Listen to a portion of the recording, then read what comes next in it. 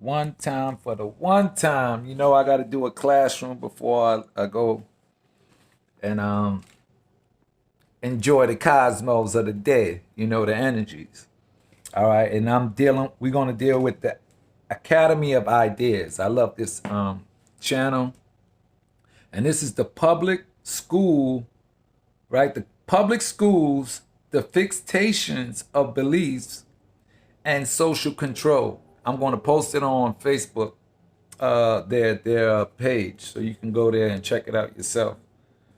You know, just in case I don't get the whole thing, but let's get into this. You know, let's stay balanced and let's tackle this this, you know, the system of thought, you know, the system of control, the system of not knowing thyself, you know, feeling like you need to be governed, you know, because if you break down government, it's to govern the mind, right? So you have a mind, you have a soul, you have a spirit, especially if you're born organically out the womb.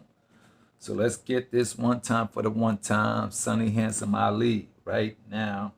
Public schools, the fixations and beliefs on Schooling in the West is often viewed as a sign of progress, a development which granted all individuals an equal opportunity to become educated, cultivate one's cognitive faculties, and improve one's position in life. But this optimistic view is not shared by all. Rather, many who have studied the history of public education have concluded that its primary role from the beginning was not to uplift and enlighten, but to act as a form of social control. I didn't know that. The great American writer H.L. Mencken encapsulated this view. The most erroneous assumption is to the effect that the aim of public education is to fill the young of the species with knowledge and awaken their intelligence. Nothing could be further from the truth. The aim of public education is not to spread enlightenment at all. It is simply to reduce as many individuals as possible to the same safe level, to breed and train a standardized citizenry, to put down dissent and originality. That is its aim in the United States, whatever the pretensions of politicians, and that is its aim everywhere else.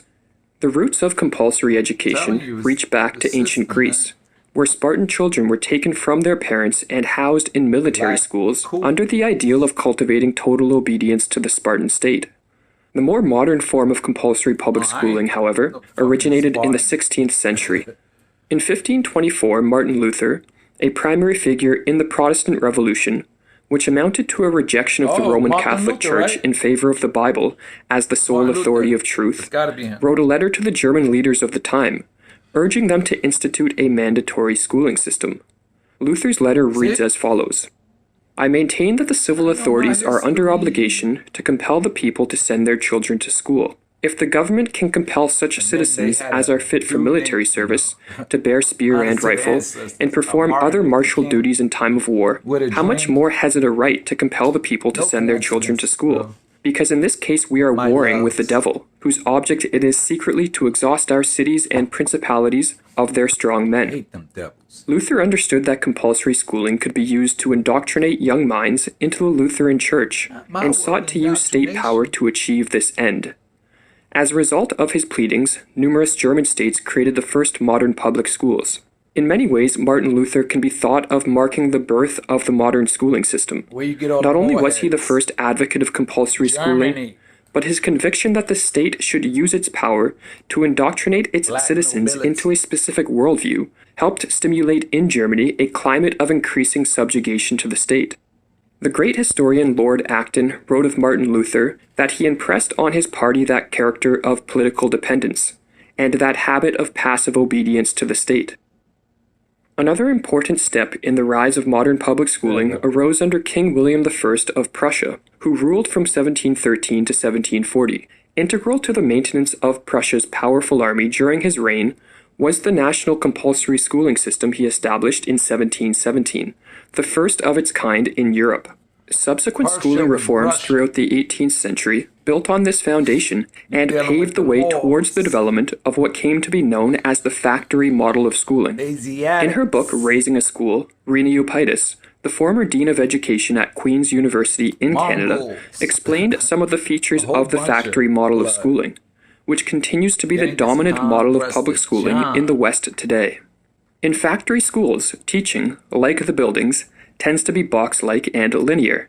Transmission teaching dominates. like a Standing at the box. front of the classroom, the teacher transmits knowledge to the students.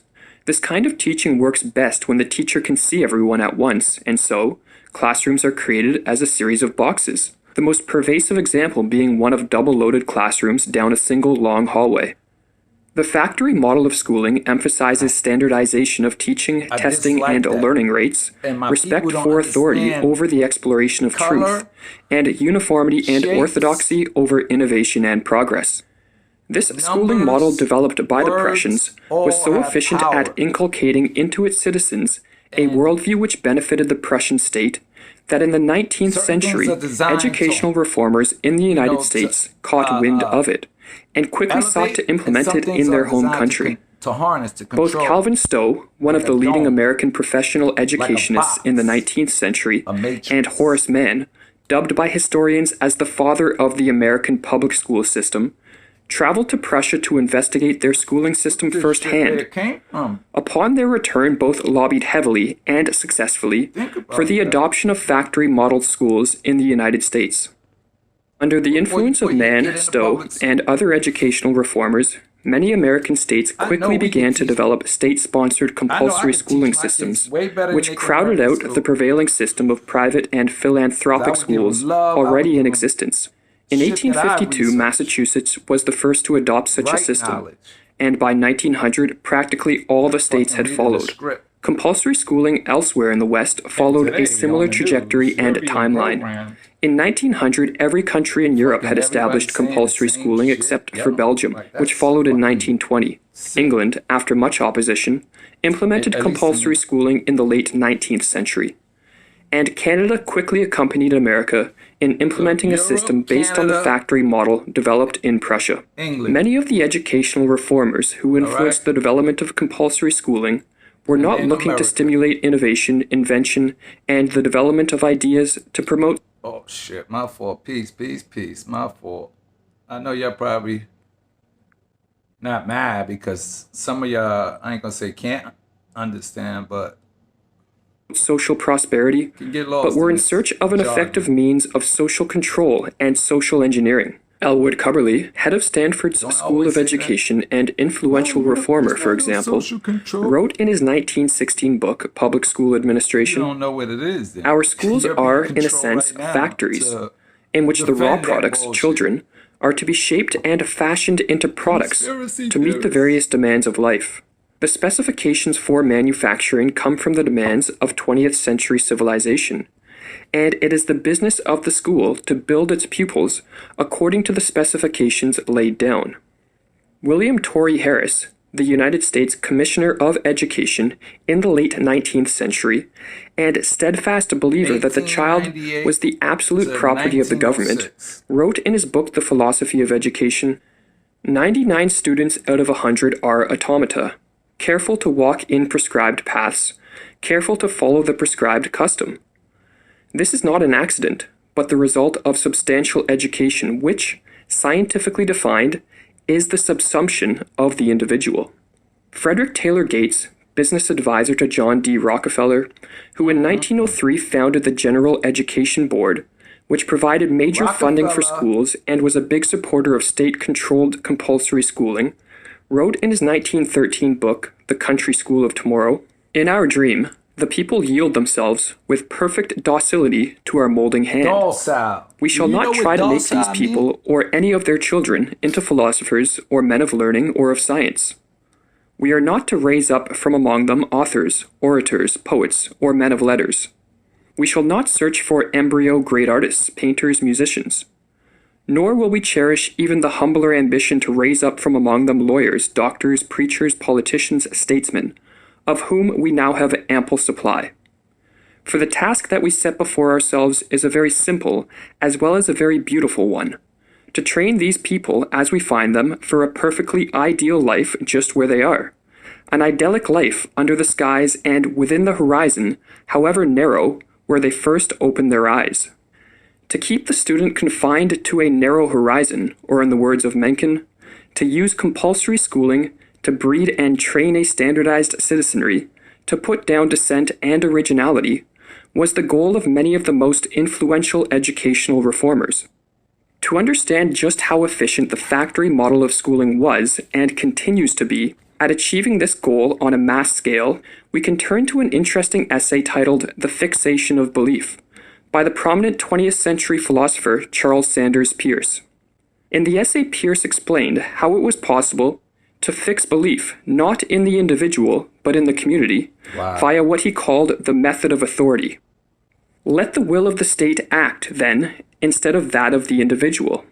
Let an institution be created which shall have for its object to keep correct doctrines before the attention of the people, to reiterate them perpetually, and to teach them to the young, having at the same time power to prevent contrary doctrines from being taught, advocated, or expressed. Let all possible causes of a change of mind be removed from men's apprehensions. Let them be kept ignorant, lest they should learn of some reasons to think otherwise than they do. Let their passions be enlisted, so that they may regard private and unusual opinions with hatred and horror. One would be hard-pressed to think of a better system for fixing belief for the purpose of breeding and training a standardized citizenry than the factory model schooling system. Wow. I mean, yo, honors, please, man. Please, please, please. Let me say that. Please. Let's align ourselves with our inner powers and let's, evolve and really learn, not be programmed. That's it. I'm not going to do no more of this because that shit is so powerful and I already went 11 something minutes, I love y'all. Y'all can get this on YouTube. Knowledge is power, especially when you know it and we can use it, not just knowing it, but knowing how to apply it. And like I said, maneuver throughout this system without, pulling each other down. I love you. Peace.